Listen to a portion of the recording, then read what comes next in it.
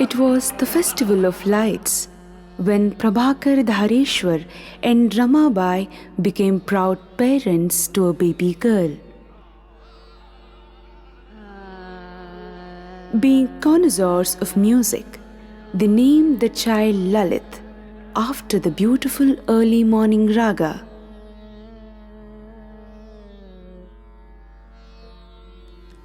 When I was a child, my father was very fond of Hindustani classical music, and instead of singing lullabies, they would put these 3-minute records of Narayan Rao Vyas and Vinayak Bua Patwardhan, and many of the small 3-minute records that they had in their possession. It was not just music. She also excelled in academics and sports. Lalith Dhareshwar Rao, a woman of substance who trailblazed to become the most outstanding exponent of the Agra Atrauli Gharana. I think I was very blessed to have parents, grandparents, a family like I grew up with, that I was fortunate to be born into. They were not single-minded in any one direction, and they were very keen to expose me to as many different influences, art, culture, education as possible. So coming from such a background, I think I was very lucky to be exposed to all these influences as a child.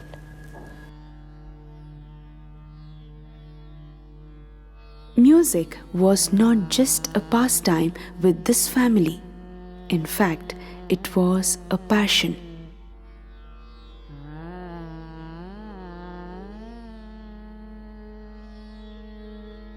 When Fayaz Khan Sahab used to come to perform at the Dashera celebrations in Mysore, so at one such concert, since I couldn't be left alone at home, I was taken because my mother was also very keen to listen. And they tell me that I didn't make a noise, I didn't disturb them, and I sat right through listening to the whole concert. Looking back on it, I believe that that was when the die was cast, and Agra Gharanas held me strongly in not in chains, but enraptured with the Gharana, or I've even been told that I've been obsessed with the Gharana. Living in Malleshwaram, considered the cultural oasis of Bangalore, Lalith went to the local school and began to learn Kathak from the most sought-after guru, Maya Rao. When I saw these children yawning or feeling bored, I would ask them to make little combinations of those with the mudras, and Lalita would be the first one to put up her hand and do something. And she was very imaginative and had a good sense of rhythm. And then after that, we parted company because I went away from Bangalore and she went. And then suddenly, I was so happy to know the child that I just taught, Tathai Thaitat, has become a celebrated musician. My father was given quarters in the Minerva Mills. Though that was out of the way and outside, very difficult as far as communication was concerned, coming and going. Now when I look back, my mother must have been a very brave woman because there was no drinking water at home. We had no municipal taps at home. So she had to go to the railway station where there was a public tap and bring water from there. And she bought me a small little pot, and she had a bigger one, and with the help of a maid, the three of us used to make trips to the railway station and back in the morning and in the evening. Of course, they would make 2 or 3 trips. I would go just once in the morning and once in the evening. It was like a picnic for me because I couldn't go to school because there was no school nearby. Because I couldn't go to school, she had to keep me, engaged in various activities. To keep her occupied, she was involved in other activities. When Lalith was 9 years old, she restarted her schooling at Saphaya Convent School and excelled her way through academics and sports. She was initiated to the world of Hindustani music under the tutelage of Pandit Rama Rao Naik, the doyen of the Agra Gharana. As a person, when you looked at him, he had a wonderful smile, and he was not a forbidding character. You know, there are some people who give you a feeling that, they are. He put even a child very much at ease. But personally, he came from a very orthodox Madhva background, and I had been so far not exposed to this sort of aspect of life at all. So when he came to our house, he wouldn't sit on the carpet, he wouldn't sit on a chair which had upholstery, and he wouldn't eat food in our house. And I found it all slightly not disturbing, but I was perplexed that, what is happening. And that was when I became aware that different people have different values, different ways of living. Ram Raoji used to play the tabla and teach, but he felt that it was better if when I practiced, I should get used to singing with a person who was only a tabla player, not a teacher. So he requested Dattatreya Garuji to come to Minerva Mills, because I was too small to come here. Garuji always felt that I had to do it, and if I went wrong somewhere, he would say, "Sariyag bandila, tirga madu, tirga madu, tirga madu." And it was, I am indebted to him because he was the one who gave me that feel for not just beats or tal, but lay, for what are tihais, how do you change. He sowed that seed of the understanding of lay and tal in me. Lalith's tryst with destiny was just about to begin. It was in 1954 that Lalith gave her first performance at a private home in Bangalore. My parents-in-law said that after hearing us sing, why not give her a little exposure and expose her to a small audience? And that's how this concert came about. I do remember that she had her hair up in 2 pigtails with bows. A year later, Lalith, all of 12 years, performed Rag Lalita Gauri at the Bangalore Sangeet Sabha. Though just over 14, she won the first prize at Sur Singar Sansat's All India Classical Music Competition in Mumbai that was held for budding musicians under the age of 30. She also became Hindustani Sangeet's youngest entrant at the Swami Haridas Sammelan the same year. It was a defining moment for the Agra Gharana itself, as Lalith displayed exceptional talent at a tender age. ಸಂಗೀತ ಸಾಧನೆಯ ಜೊತೆ ಲಲಿತಾ ಕ್ರೀಡಾಂಗಣದಲ್ಲೂ ತುಂಬ ಚಟುವಟಿಕೆಯ ವ್ಯಕ್ತಿಯಾಗಿದ್ದರು. Throwball, athletic ಆಗಿದ್ದರು. Javelin ಎಸೆತದಲ್ಲಿ ಈಕೆ national champion ಆಗಿದ್ದರು ಅನ್ನೋದು ಗಮನಾರ್ಹ. With a record performance that was unbroken for 17 years, Lalith and her mother were unaware of this record until it appeared in the newspapers. Though Lalith chose to go into engineering, it was a difficult time as women were not given admission at Government Engineering College. Going to Maharani's was a big culture shock for me. Not for very long, but initially. Because we were 6 in my class, and here we were 60 or 70 in my class in Maharani's College. But Maharani's had its own charm and its own good points. And this was the time when I represented Mysore State. At that time it was Mysore, for National Basketball Championships for women, and we won the championship in Jaipur. She took up BSc in Physics and Maths and then pursued engineering from the Indian Institute of Science. And I got admission in Berkeley and in Saskatchewan and Fredericton. Saskatchewan and Fredericton in New Brunswick, I was mainly interested because they had courses in biomedical electronics.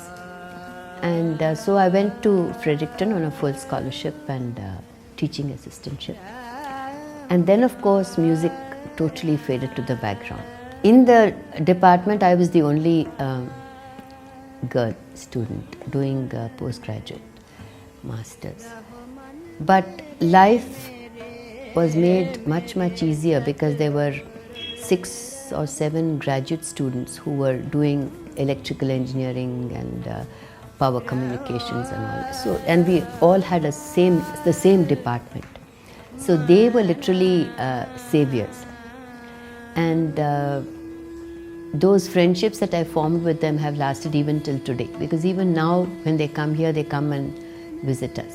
Sometimes when we were walking down from the dormitory to the engineering department, the whole place would be iced over, and you would slip and fall, and you in one place, your books in one place, something else in one place, some bones broken sometimes.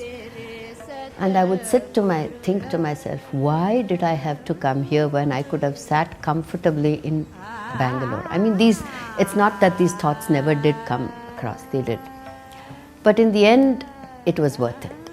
She completed MSCE with distinction in 1967 and returned to India.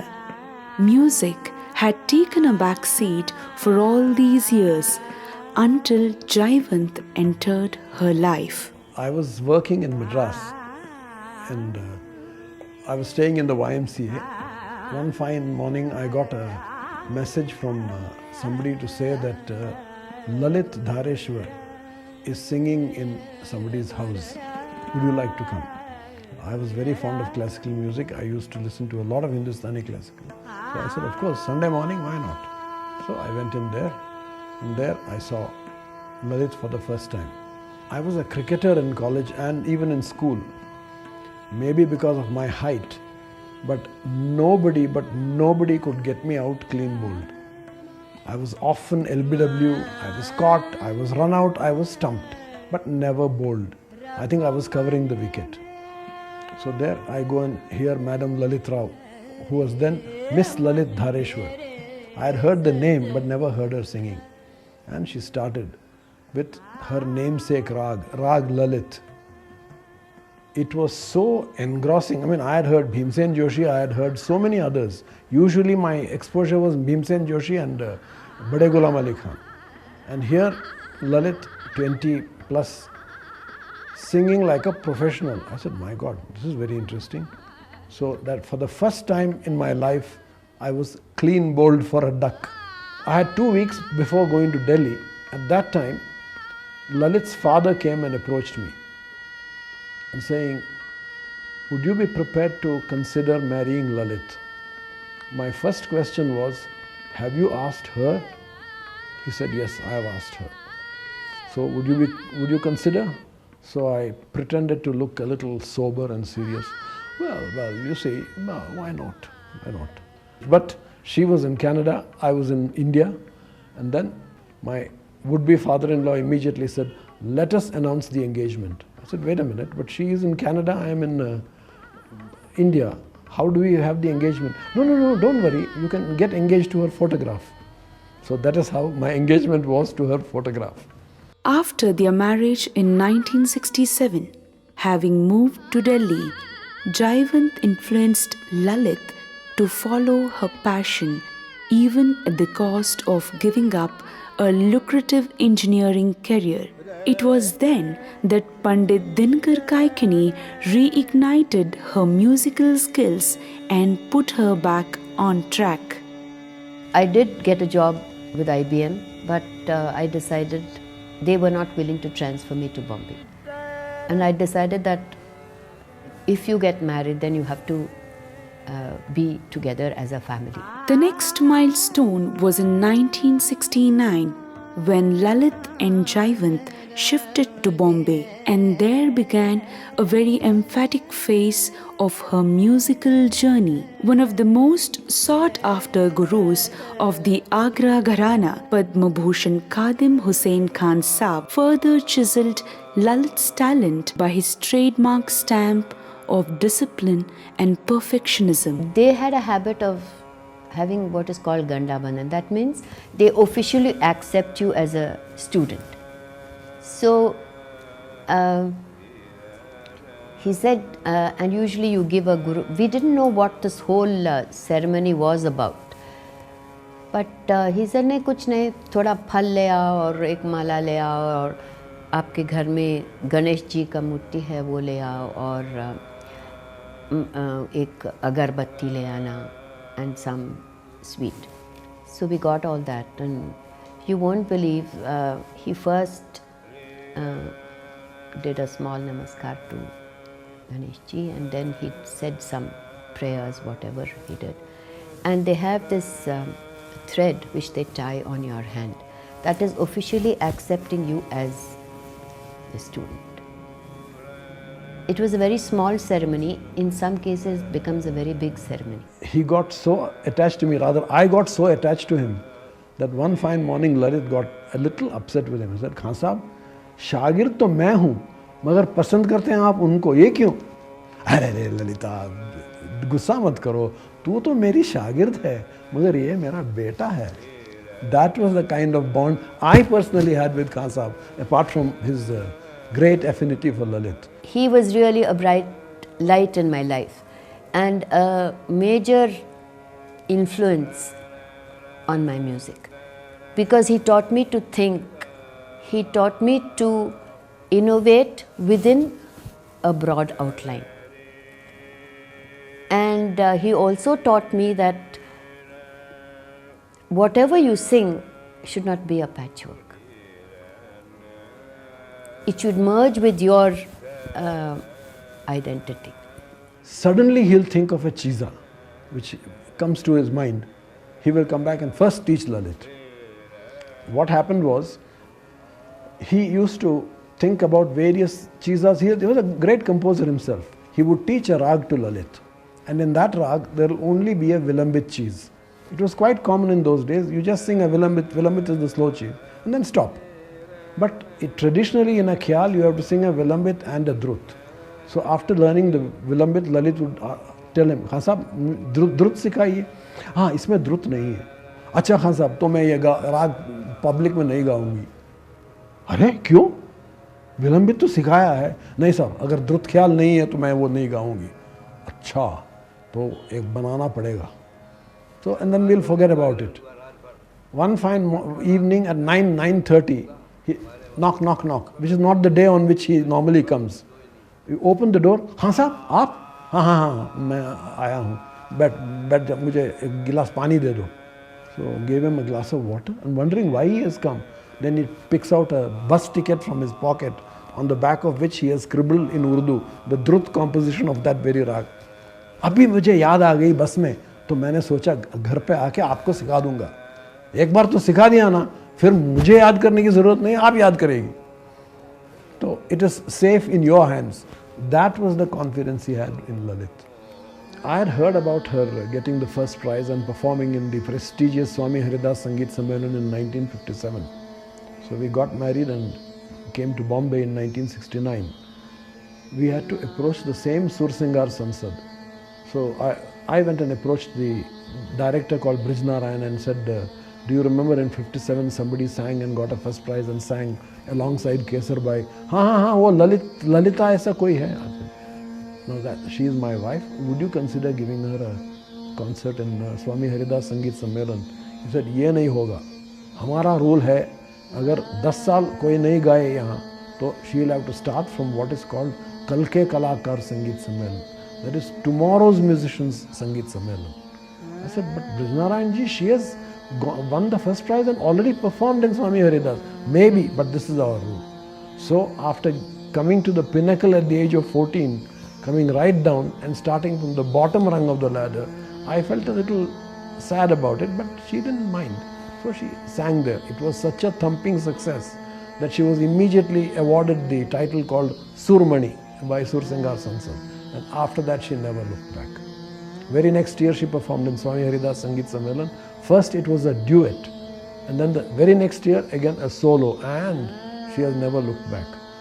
More and more concerts started coming her way. More and more she started getting admirers, all kinds of people.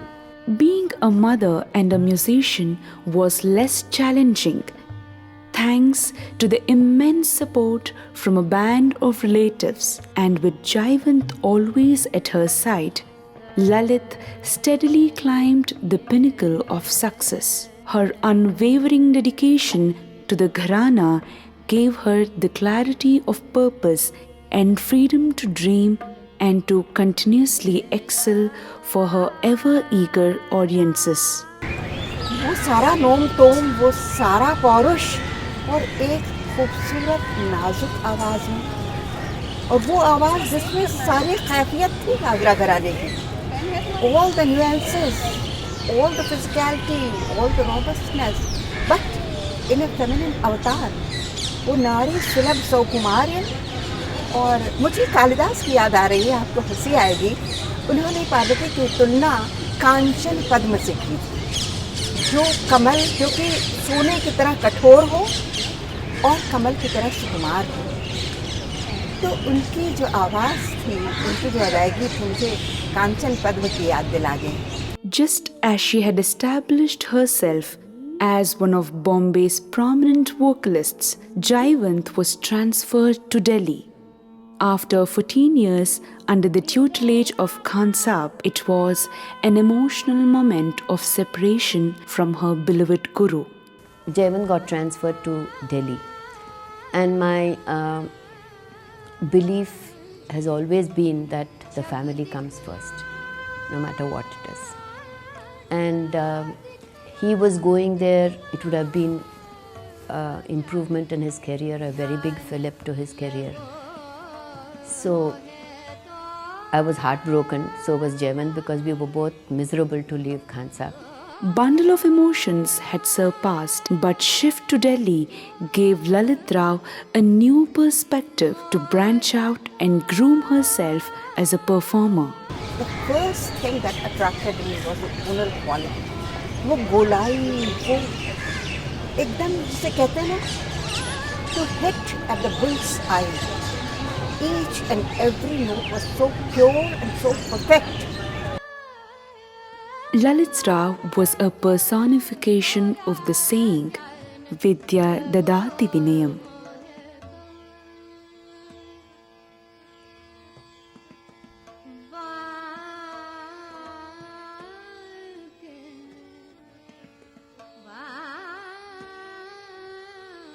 I must have played with at least 200 artists, 2 to 250.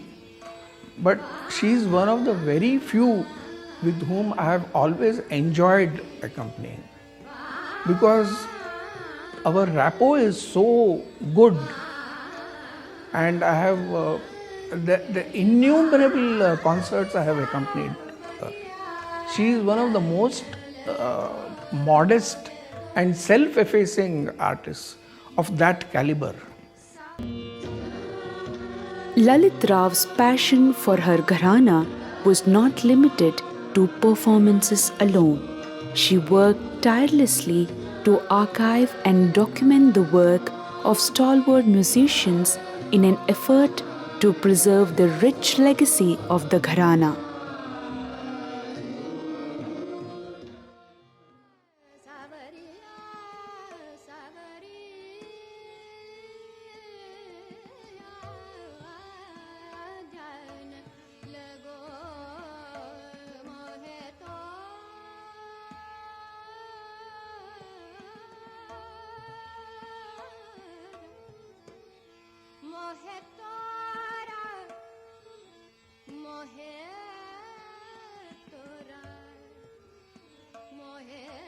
The Ethnomusicology Department of the University of Washington invited Lalith to render several hundred traditional ragas and chisas of the Agra Atroli Gharana in a unique archival project. You know, there is a difference between people who learn music in many different ways. Of course, they all learn in many different ways, but there is a certain, what one likes to call talim ka gana. Now, talim ka gana is different because the way the intonation is done shows a certain refinement and a certain delicacy of phrasing which is not easy to get except by instant feedback from one's teacher. And that, at least to my ear at that time, Lalith singing had. Sometime late 93, early 94, she started losing her voice. But we never thought it was so serious. And she had just planned a trip of France, Switzerland and England for a concert. Just before leaving for getting the visas and all, she suddenly lost her voice. Just couldn't sing. So we didn't know what was happening. So cancelled all the concerts. And she went into such a depression. I didn't know what to do. I tried to console her as much as I could, but how much? I mean, for her, music and singing was her life. And she lost her voice. What could she do? It was devastating for Lalith and Jaivant Rao, but series of trips to doctors in India and abroad landed her in London for her treatment under voice trainer Peter Harrison. What he said to me was, he said, it's very simple, because of your sinus, you've been using other areas for resonance. So the muscles that you should have used have degenerated. The muscles that you shouldn't have used have been overused. So the whole system has collapsed. Many people have asked me, why do you consider Peter Harrison, whom you've seen only a few times, as your guru? I believe that if you learn anything from anybody, they become equal to a guru. And he gave me back my voice, or he showed me the way to get my voice back. So she started giving concerts for about, I think by the year 1999-2000, and especially after she got the excellent advice from our Dharam Guru, our Swamiji. she got the courage to start singing? Swamiji has been a very big force in my life since 1999 when he came to Delhi.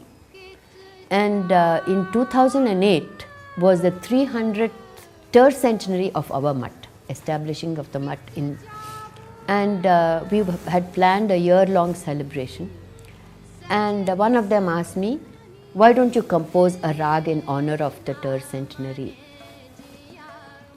Now that was a challenge because I had never thought of composing, never thought of making new bandishes, because there are so many traditional bandishes that unless I learn all of them, where is the need to compose new ones?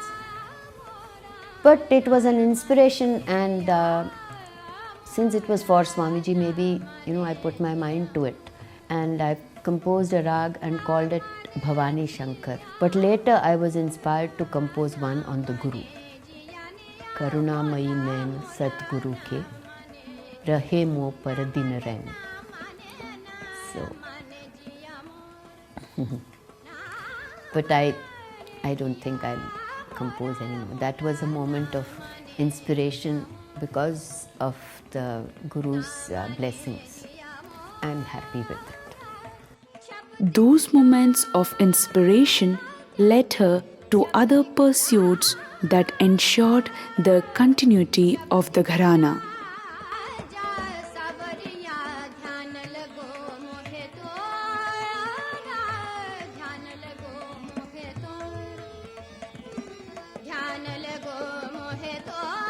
I started an organization by name Smriti, where she was with me, associated with me, and she took over the organization and ran it so beautifully for almost 10 years.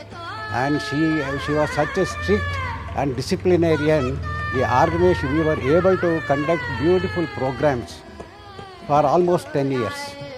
ಮತ್ತು ನನಗೆ ಇನ್ನೂ ಬಹಳ ಇವರು Impress ಮಾಡಿದ್ದು ಯಂಗ್ಸ್ಟರ್ಸ್ನ ಇವರು groom ಮಾಡೋದು, ಅವ್ರನ್ನ ಬೆಳೆಸೋದು ಜನರಸ್ ಆಗಿ, ಬಹಳ ಎಲ್ಲದನ್ನು ಕೊಟ್ಬಿಡಬೇಕು, ಹೇಳ್ಕೊಟ್ಬಿಡಬೇಕು, ಸಂಪ್ರದಾಯ ಉಳಿಬೇಕು ಅನ್ನೋದೊಂದು ಬಹಳ ದೊಡ್ಡ. She is a very large hearted woman as A person and also as A musician.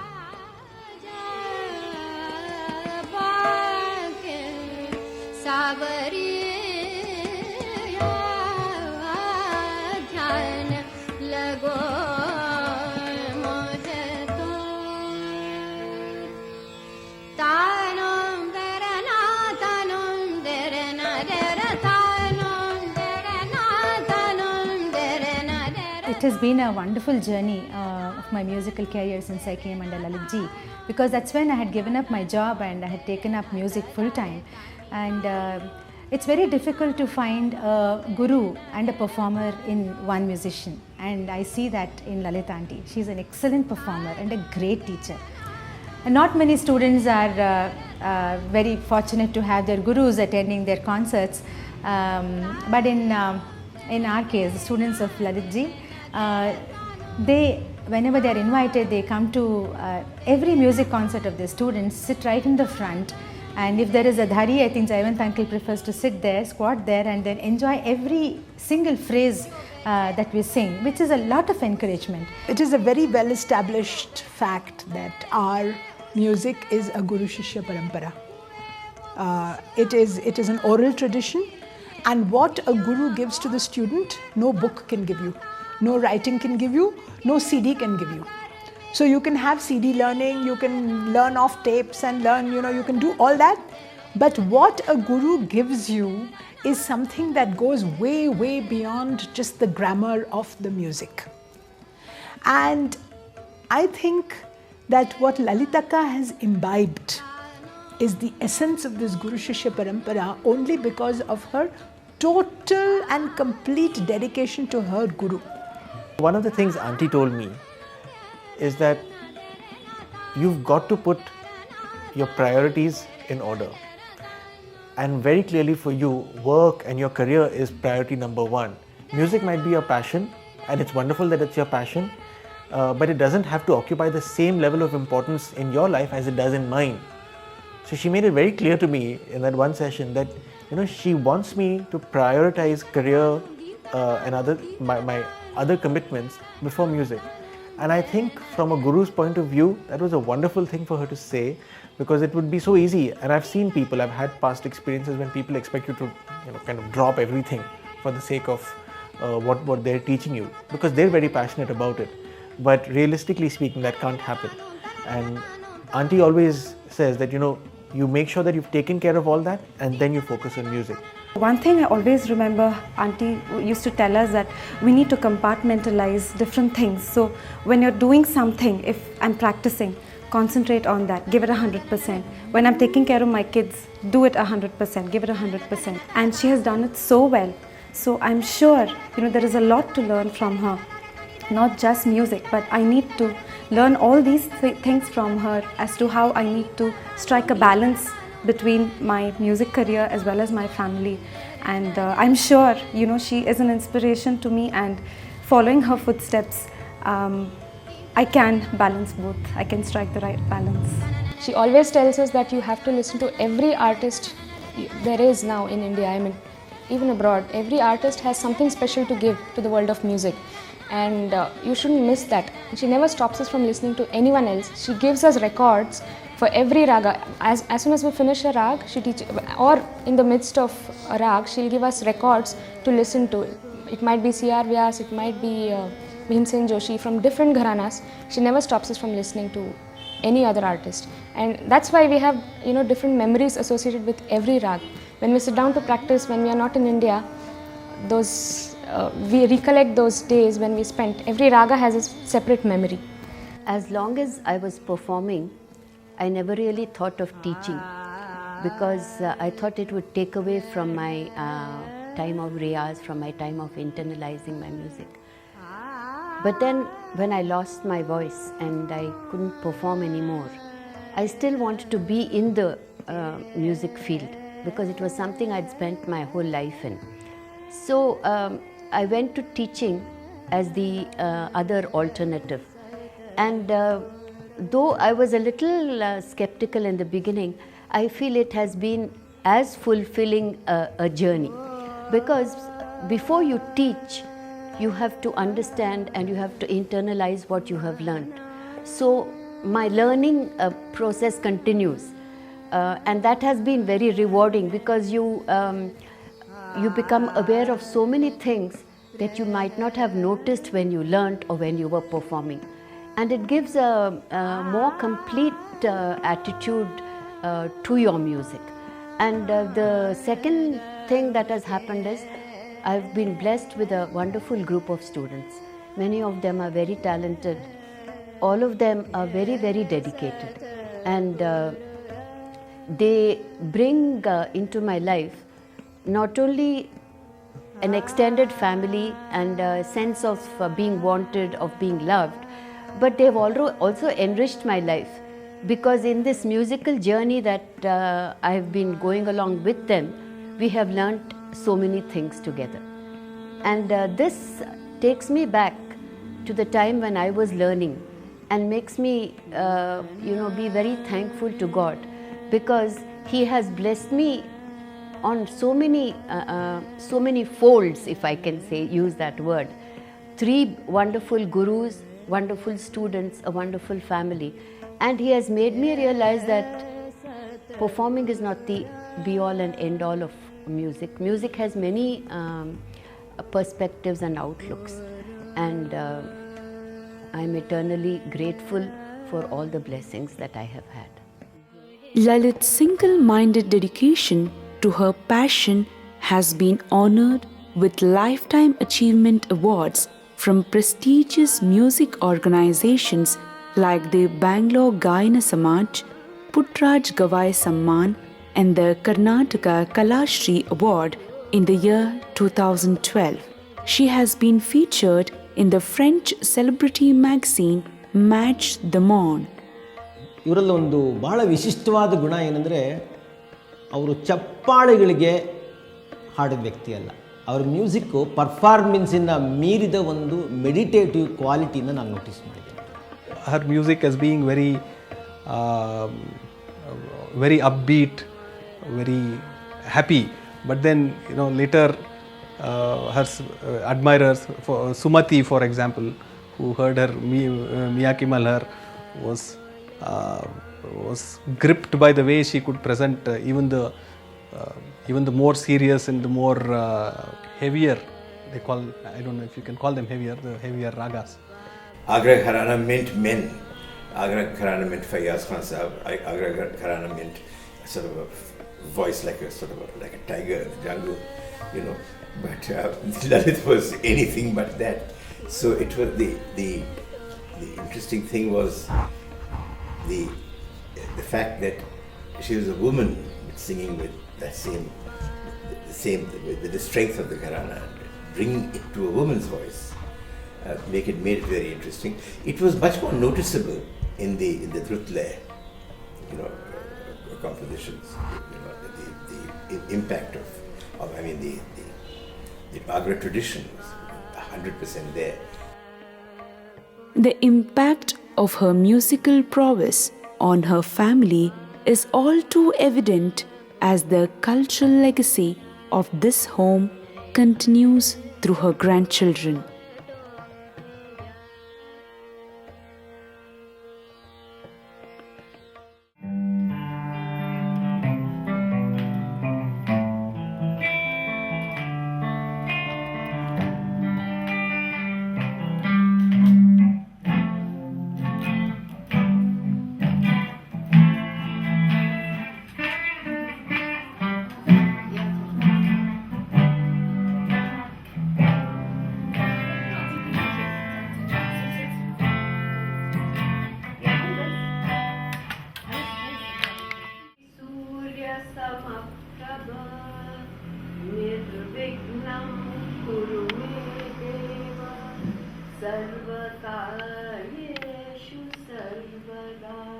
So at the age of 11, in fact, we were in the US and the tabla player didn't land up and neither did the harmonium player. So actually in a concert when I was 11, I actually accompanied my mother on stage with my dad on the harmonium. I did accompany her in some concerts, but it was more as a family rather than a professional because I did not have the time with all my activities to put in the hours of practice which is necessary to come up to the level of perfection which is expected in Hindustani classical music. Yeah, I think we are lucky as a family. It's great for us and for the children to be immersed in the music. And I think it's a great way for them to grow and to learn. She's a great grandmother and it's great for them to be immersed in music and getting the real values. Whatever she took on, she was able to succeed. And I think there were moments where I was not sure whether I was going to go through. I went to France, never sure of, didn't speak the language, but right through the fact she told me that if you put up your mind, anything is possible and to persevere. And the fact of having always been dedicated to that, what she's done, is probably the one quality which has made me succeed and overcome most of the difficulties which I've ever had. Maybe it was destined that I should enter the world of music. And when I look back now, it seems that no matter how many diversions I had in the course of my life, music always seems to have pulled me back. Though it never kept me in very tight rein. Let me go wherever, because maybe Saraswati knew that no matter where I wandered, I would automatically come back.